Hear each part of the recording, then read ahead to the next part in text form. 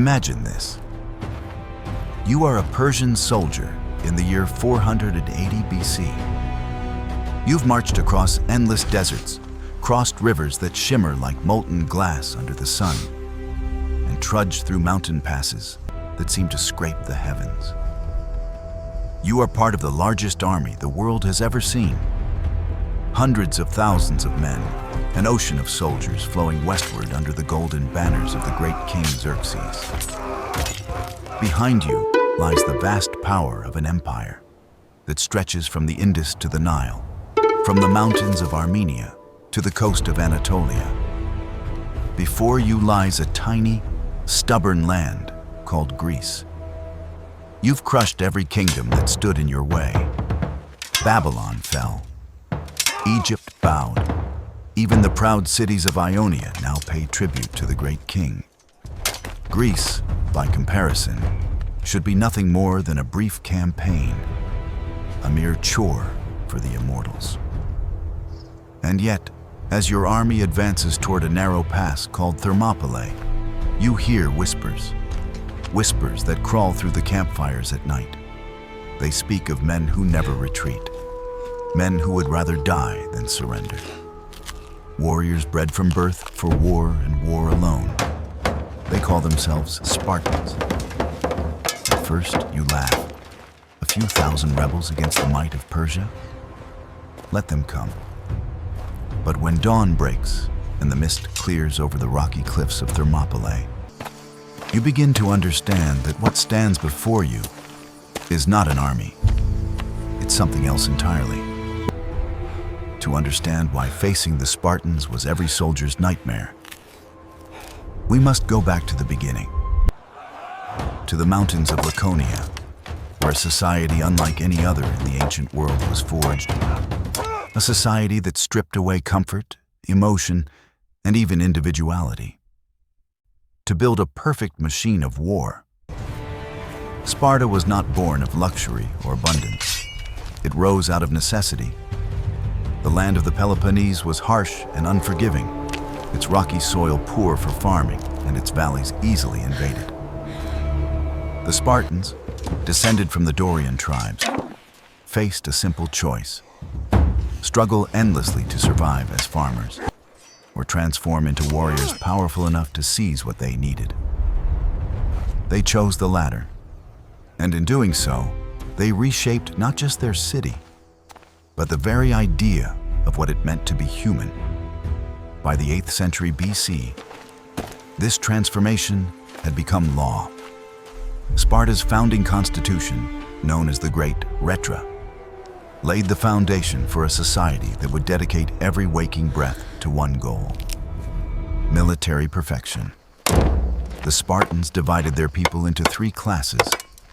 At the top were the Spartiates, full citizens and professional soldiers. Beneath them were the Perioikoi, free men who handled trade, craftsmanship, and administration. And at the bottom were the Helots, the conquered peasants of Messenia and Laconia, bound to the land, their labor feeding the Spartan state. This system created something utterly unique: a warrior class freed from all other duties.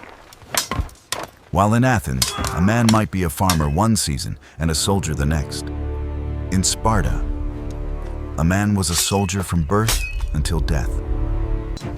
Every hour, every drop of sweat, every heartbeat served the same purpose: to make him into the deadliest weapon the world had ever known. But it wasn't just the structure of Spartan society that made its soldiers terrifying. It was the way they were created. When a child was born in Sparta, it wasn't a private moment of joy. It was a test. Elders inspected the newborn, examining every limb, every feature. If the child was healthy, strong, and unblemished, he would live. If he was weak, deformed, or sickly, he would be left to die on the rocky slopes of Mount Taygetus. He will not fail again. Cruel by our standards, yes. But to the Spartans, mercy was weakness, and weakness was death. Means understanding sacrifice. Those infants who survived would be raised by mothers as formidable as their fathers. Spartan women were not secluded or delicate like those in other Greek cities. They trained in athletics, wrestled, raced, and sang hymns of valor. They believed that only strong women could bear strong sons. At age 7, a boy's life as a Spartan truly began. He was taken from his family and placed under the authority of the state in a brutal training system called the Agoge. From that day forward, he belonged not to his parents, but to Sparta. Imagine the sight. Hundreds of boys, some still wiping away tears, marching in formation toward the barracks that would be their world for the next 13 years. No comfort, no softness. There is another path, Lord. No home. A goat track over the mountains. The first lessons of the Agoge Unseen by are not them. about weapons It or leads tactics, behind their line. but The path is survival. compromised. The immortals will The be boys behind learned us. to endure hunger Allies, and pain. withdraw now. They slept on Take your reeds men. they cut themselves We hold from the line. riverbanks. They went barefoot, wore only a single cloak through freezing winters, and were encouraged to steal food, but punished if caught, not for stealing, but for being careless enough to get caught. This was the essence of Spartan training: to be clever, ruthless, and self-reliant. They were taught that pain was an illusion, that fear have was won. weakness, and that But at discipline what was sacred. price? To defeat a mere The 300. Agoge didn't just train bodies, it rewired minds. By age 12, the boys began to train with weapons: the long spear, or dory, the round bronze shield, or aspis, and the short sword, the xiphos. But individual skill was never the point. A Spartan warrior was not a lone hero like Achilles or Odysseus. He was part of something larger, the Phalanx. The Phalanx was more than a formation, it was a living organism. Each soldier's shield protected not just himself, but the man beside him. If one faltered, the entire line could collapse. Thus, in Sparta, cowardice wasn't just shameful, it was treason. They drilled until movement became instinct, until they could march, still turn, defy me? and strike as one. This cannot stand. From dawn until dusk, the clang of shields and the rhythmic stomp of sandals echoed through the valley. The boys grew into men who didn't just fight together. They breathed together, My king, lived together, there is a hidden path over and the would mountains. one day die A together. path. Speak. But Greek. training alone wasn't enough. To make This a path, warrior though fearless, treacherous, the will Spartans grant had to us strip passage away his behind their humanity. lines. Public Prepare floggings the tested their immortals. pain tolerance. Ritualized combat taught them to kill king. without hesitation. The Persians, They were they are taught on to the speak mountain briefly path. and sharply, Betrayed. a style we Allies, still call withdraw now. laconic. Live to fight another To waste day. words was Spartans. weakness.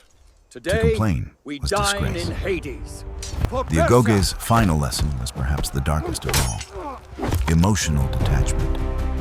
Spartans learned early that compassion had no place on the battlefield. They witnessed death constantly. Classmates dying in training, helots executed for rebellion, comrades left to rot in the dirt. By adulthood, death no longer shocked them. It was as ordinary as breathing. And yet, beneath all this brutality, there was something strangely noble. A belief that courage, discipline, and loyalty were the highest virtues a human could achieve. A Spartan boy didn't dream of wealth or comfort. He dreamed of dying well. When a young man completed the Agoges, he faced the final test, the Cryptaia. Sent alone into the countryside, he had to survive by stealth, living off the land, and at times killing helots considered dangerous or rebellious. It was part rite of passage, part psychological conditioning. Only those who returned from the Cryptaia were considered true Spartans. Homoioi, the equals. From then on, their lives were devoted entirely to the military. Even marriage was secondary to their duty. Until the age of 30, they lived in communal barracks, eating the same coarse black broth, sleeping side by side, and training daily. This A incompetence. Spartan's wife Weeks might wasted, see her lives husband only at squandered for night, meager if at gains. all. Are you blind to the It was cost? this To my relentless patience wearing focus, thin? this almost inhuman dedication to war, that made Sparta the terror of the ancient world. The Persian Empire, vast and wealthy as it was, could never truly understand a people like this. For Persia, war was politics by other means, a way to expand borders, collect tribute, and enforce the will of the great king. For Sparta, war was life itself. So when Xerxes' vast army set foot on Greek soil, they weren't just invading a land. They were marching into the jaws of something ancient, cold and unstoppable. The men who would meet them at Thermopylae were not fighting for gold or even for freedom in the way we understand it. They fought because it was all they had ever been trained to do. They were Spartans. And the Persians were about to learn why the worst thing in the ancient world, the thing that made even the bravest soldiers tremble, was to find yourself standing across the battlefield from a wall of bronze and red, shields locked, spears ready, and eyes that did not know fear. To understand why the Spartans terrified the ancient world, one must first realize that they did not simply fight wars. They were war itself. Other cities trained armies, but Sparta created warriors. Their entire society functioned as a living organism with a single purpose: to forge the perfect soldier. Every law, every custom, and every ritual existed to strengthen the Phalanx. Even peace in Sparta was nothing more than a preparation for another battle. The Spartans believed that a warrior was not born, but Let made the through others endless withdraw. struggle. Their fight is not here They're today. saying, We stand. "He who we sweats fight, more in we training die. bleeds less For in Sparta, battle." For Greece. Was not a metaphor. It was the foundation of their It's existence. madness. But the Spartan This training went is far Sparta. beyond endurance or skill. It was about transformation, turning ordinary human beings into creatures that could stare death in the eyes and never look away. The Agoge, the system that shaped every Spartan boy, was not merely a program of physical instruction. It was a psychological crucible that molded the mind as much as the body. From the moment a child entered the training grounds, he was taught to suppress hunger, fear, and pain. Every challenge was designed to teach obedience, cunning, and ruthless efficiency. Food was deliberately scarce so that boys would learn to steal, but not to satisfy their stomachs. They stole to survive, to become silent and skillful, to learn patience and precision. If they were caught, punishment followed not because of the theft itself, but because they had been foolish enough to get caught. In Sparta, failure was the only crime. Their instructors, older warriors called paidonomoi, watched every movement. They corrected posture, punished hesitation, and rewarded silence. A Spartan boy who cried out in pain during a beating would receive more blows until the tears stopped. Suffering was not a tragedy. It was a teacher. To be Spartan was to make pain your companion and to learn to love it. But what truly made the Spartans so formidable was not just individual toughness. It was their unity. Every Spartan went through the same training, ate the same meals, wore the same armor, and followed the same code. By adulthood, they no longer fought as individuals, but as parts of a single living organism. They moved together as one mind in many bodies. A subtle signal from a commander could shift an entire formation. Without shouting, without confusion, hundreds of men could adjust, react, and strike in perfect synchronization. This was the secret that no foreign army could imitate. The Persians, who commanded vast legions of men from many nations and languages, could never achieve such harmony. Their armies were powerful but divided. The Spartans were few but united by a shared rhythm of obedience and purpose. At the heart of the Spartan war machine stood the Phalanx, a formation so simple in design and yet so devastating in practice that it dominated ancient warfare for centuries. Picture it: rows of men, each bearing a bronze shield nearly a meter wide and a spear over 8 feet long. Their helmets gleamed beneath the sun, their red cloaks rippled in the wind, and their sandals struck the earth in unison. When they advanced, they did so as a wall of bronze and flesh, moving with relentless precision. Each man's shield covered his own body and that of the soldier to his left. It was a formation built on trust, on mutual dependence, and on the understanding that survival was shared. To drop one's shield was not only cowardice, it was betrayal. When the clash of battle came, it was like two storms colliding. The front ranks locked shields and pushed with all their might, a brutal contest known as the Othismos. Spears thrust through the gaps, shields crashed against armor, and the ground itself trembled under the pressure of hundreds of men shoving forward as one. In this contest of strength and endurance, the Spartans thrived. Their training had made them stronger, their discipline made them steadier, and their minds were utterly free of fear. Battle to them was not chaos, but order, not horror, but fulfillment. The Persians, facing this machine of war, could not comprehend what they were seeing.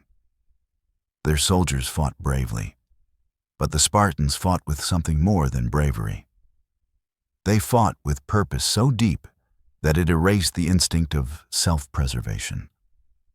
While Persian soldiers shouted, screamed, and cursed, the Spartans advanced in chilling silence. That silence was their deadliest weapon. It said, "We do not need to shout. We are already certain."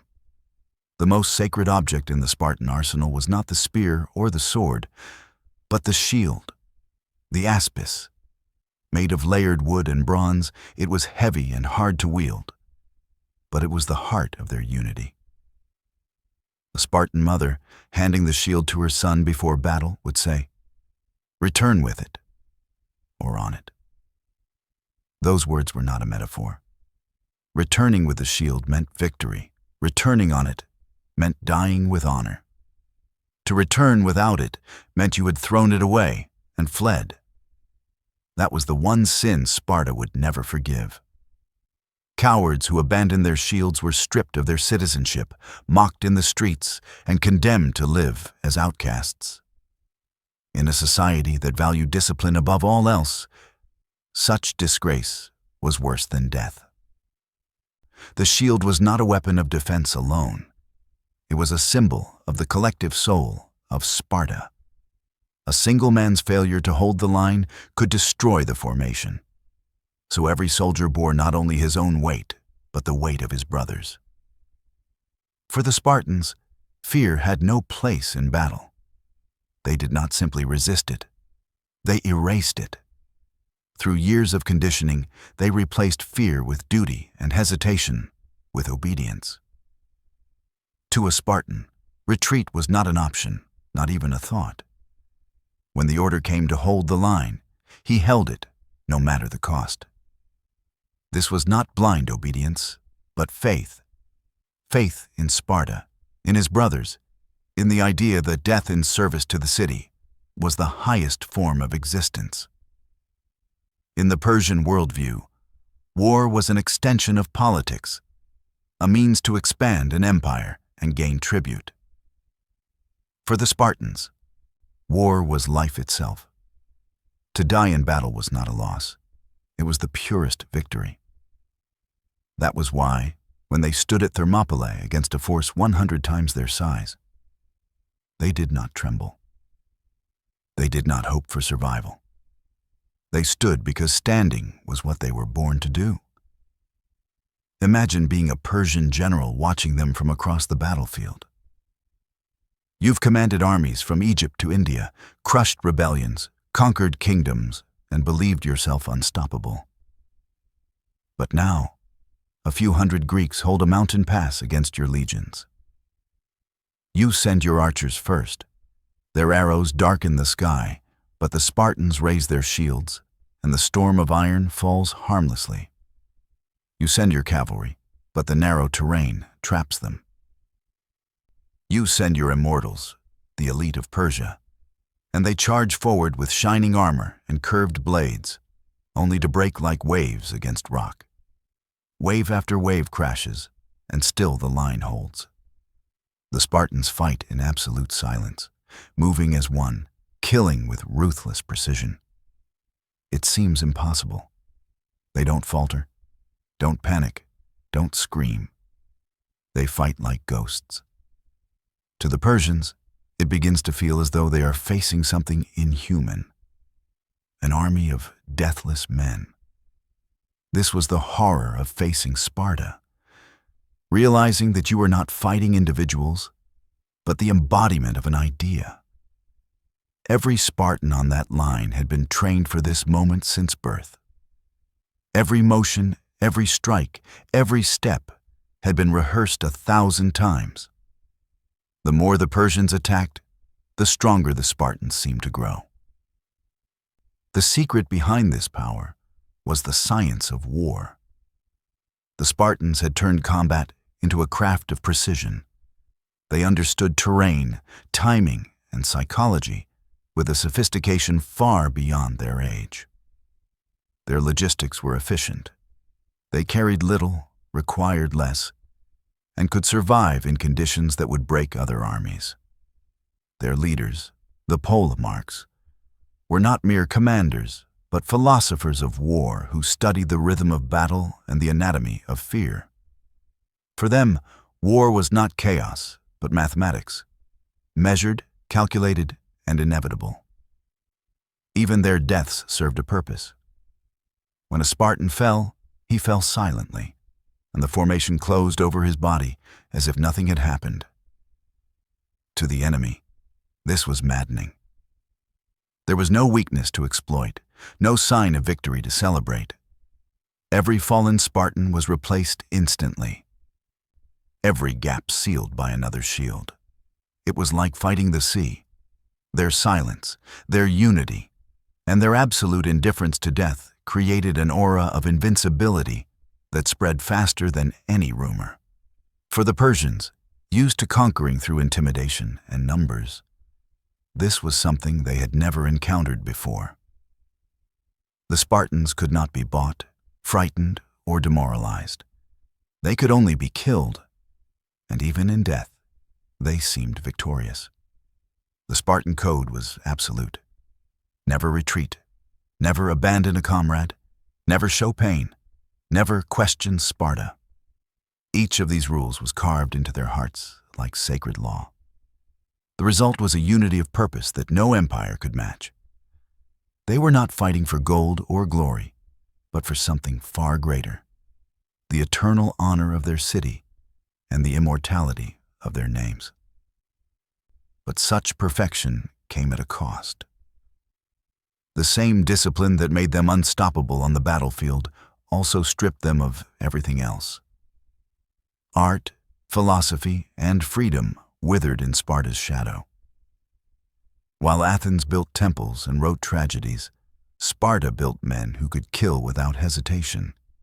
They sacrificed beauty for strength, emotion for endurance, and humanity for survival. Yet it was this sacrifice that made them immortal in history. When the great king of Persia gazed across the battlefield and saw a handful of Spartans standing against his empire, he saw only men. What he could not see was the centuries of discipline behind them, the mothers who raised them to be fearless, the laws that shaped them, the generations of training that had turned their entire existence into a single, perfect act of defiance.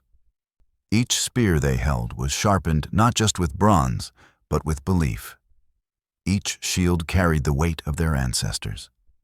As dawn broke over Thermopylae and the Persian war drums thundered through the narrow pass, the 300 Spartans under King Leonidas prepared for what they knew would be their final battle. Behind their bronze helmets, they smiled. They knew what was coming. They knew they would die. But they did not care. Because to die standing in the line, to fall with your shield still in hand, was not defeat. For a Spartan, death in battle was perfection itself. The sun rose over the narrow cliffs of Thermopylae, turning the sea below into a sheet of molten gold. From the Persian camp came the low, rhythmic thunder of war drums. The air was thick with the smell of salt and sweat,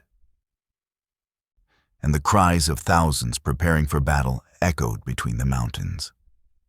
For the Persians, this day would bring another easy victory, another province added to the empire of the great king. But for the Spartans, this day was destiny. At the head of the Greek defenders stood King Leonidas, a man molded by the same harsh discipline as his soldiers. Unlike other kings who ruled from gilded thrones, Leonidas ate the same meals as his men, trained with them, and would die among them if fate demanded it. He had brought only 300 of his best warriors to Thermopylae, not because that was all he could command, but because he sought not numbers, but perfection. Each man beside him was a veteran of countless campaigns, a living embodiment of Spartan virtue, strong, silent, and unyielding. Behind them stood a few thousand allies from other Greek cities, Thespians, Thebans, and soldiers from smaller towns who had answered the call to defend their homeland. But it was the Spartans who anchored the line, and everyone knew it. To fight beside them was to stand with legends. Thermopylae itself was the perfect battleground for such a stand. The pass was narrow, so narrow that only a few dozen men could fight abreast. On one side lay steep cliffs plunging into the sea, and on the other, rugged mountains that rose like stone walls. Here, the overwhelming numbers of the Persian army counted for nothing. Cavalry could not charge, flanking was impossible, and the Persians would be forced to attack head-on into a wall of bronze shields and spears. When Xerxes, the great king of Persia, looked upon the Greek position, he was amused. How could a few thousand rebels hope to stop the might of an empire? He sent a messenger forward, demanding that the Greeks lay down their arms. Leonidas's reply was two simple words that would echo through history. Mullen Labe. Come and take them. The great king smiled. He would take them indeed. When the order came, the Persian advance began.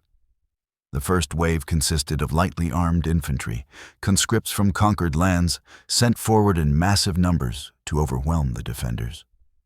The sound of their march was like the rolling of thunder as thousands of feet struck the earth. They charged, screaming war cries in dozens of tongues. But the Spartans waited in silence, shields locked, spears angled forward. The first clash was like a hammer striking an anvil. The Persian line smashed into the Greek phalanx and shattered. The narrow pass turned the massive Persian army into a funnel of bodies, forcing them to fight in small numbers against the most disciplined soldiers on earth.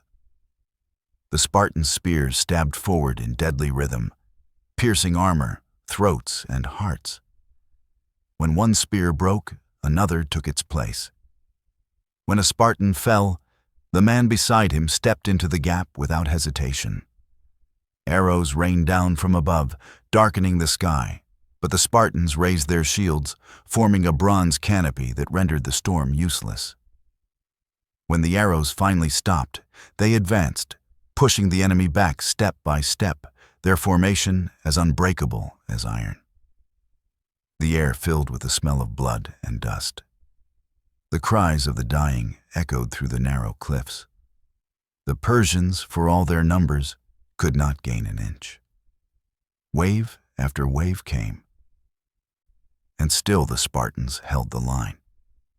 The first Persian assault was annihilated, their bodies piled high in front of the pass, turning the ground into a mound of flesh and armor. That night, the Persian camp was quiet. The great king, humiliated, summoned his elite guard, the Immortals, 10,000 of the finest soldiers in his empire. They were called Immortals because their ranks were always kept full. When one died, another took his place. To the world, they were symbols of Persian power. To Xerxes, they were his hammer of conquest. If anyone could break the Spartans, it would be them. At dawn, the immortals advanced, their armor gleaming, their curved swords glinting in the sun. The Spartans watched them approach, calm and still. They had heard of these men, but they did not fear them. When the immortals struck, the Spartans met them head-on, shields braced, spears thrusting with unerring precision. Again, the narrow pass turned Persian strength into weakness. The immortals' superior numbers meant nothing. They could not flank. They could not surround. They could only die. The Spartans' discipline was absolute. They rotated ranks seamlessly, allowing fresh warriors to replace the exhausted without breaking formation. Each time the immortals pushed, the Spartans drove them back. Bronze met bronze, steel met flesh, and the mountain echoed with the sound of shields slamming and men screaming. By midday, the immortals were broken. Their name, once a symbol of invincibility, became a cruel joke. The Spartans stood drenched in blood, their cloaks darkened, their armor dented, but their spirits unshaken. For 2 days, the Persians attacked, and for 2 days, they failed. Xerxes watched from his golden throne, his face a mask of disbelief. How could his empire, which had crushed kingdoms and spanned continents, be stopped by a few thousand men? The bodies of his soldiers littered the pass. The sea turned red with their blood, and still the Greeks refused to yield. The great king began to understand something terrible. He was not fighting men. He was fighting an idea. The Spartans could be killed, but they could not be conquered. But fate, as always, has its agents. In the Persian camp was a Greek named Ephialtes, a man driven by greed and envy. He approached Xerxes with an offer that would change history. There was, he said, a hidden mountain path that led behind the Greek lines. The Spartans guarded the pass, but not the trail. Through that route, the Persian army could encircle them. Xerxes listened.